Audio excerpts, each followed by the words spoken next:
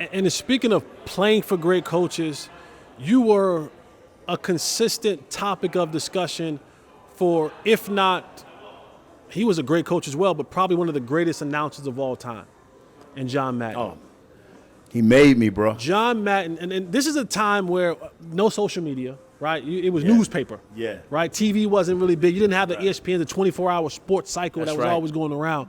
It was when you turned on the TV and you saw John Madden.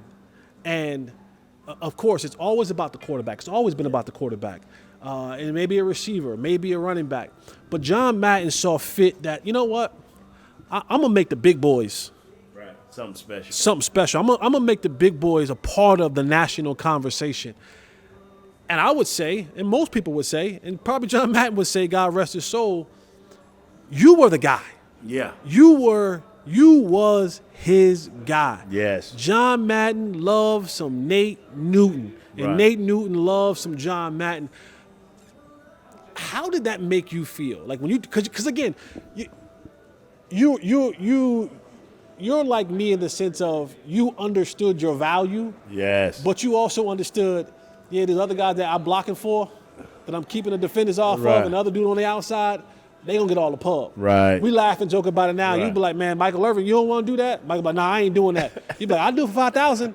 You know what I'm saying? But it was a point in time where you were as important as the big dog, the triplets, the big names, from a dude that, till this day, you don't give offensive linemen a lot of love. Right. But John Madden changed that for you and for the big dogs, for the Hogs up front. Like, talk about that relationship between you and John Madden. I met Coach Madden. I went to the stadium. I normally never go to the stadium early. We was in Giant Stadium. And I went to the game early. You know how you got two buses, the early bus and then the bus that gets you there about an hour and a half before. I usually get on that bus. But that day I got on the early bus. And I got kind of lost in Giant Stadium. And so I wind up going up the elevators. I wind up getting to these elevators that takes the announcers up to the so I'm looking, and I see this crowd of people coming here. I'm like, wow, that's John Madden. And so I'm like, I'm going to meet John Madden. You know, when you're a free agent, you don't know whether you're going to be here or not. So I'm like, I'm going to meet John Madden. Yeah. So I said, Coach Madden, how you doing? And he looked at me and said, how you doing, Nate Newton? He said, yeah, I know who you are. He said, your coaches spoke pretty good of you. He said, just keep playing, man. He said, you can play. I like, wow. I said, the day I'm going out, I know he may not call my name because, but I'm finna go out here and ball out.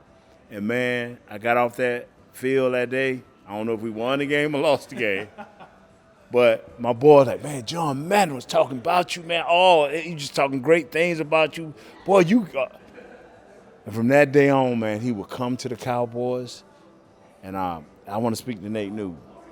And he would come bring me in. And even if I wasn't on the main list, I would wait till everybody leave. And I would bring them sandwiches, and I would do this. And come on, man. I would go on the bus, meet all these people. And then after the games, I would take my mom and dad, if they come in town, I would take them on the bus and Coach Madden. And then Coach Madden told me one time, he said, man, always keep your Sundays. Always keep your Sundays. Always play football. One time I said, Coach, I don't understand what you're saying. I don't understand because one day I'm going to get cut. Right. He said, nah, Nate. He said, nah.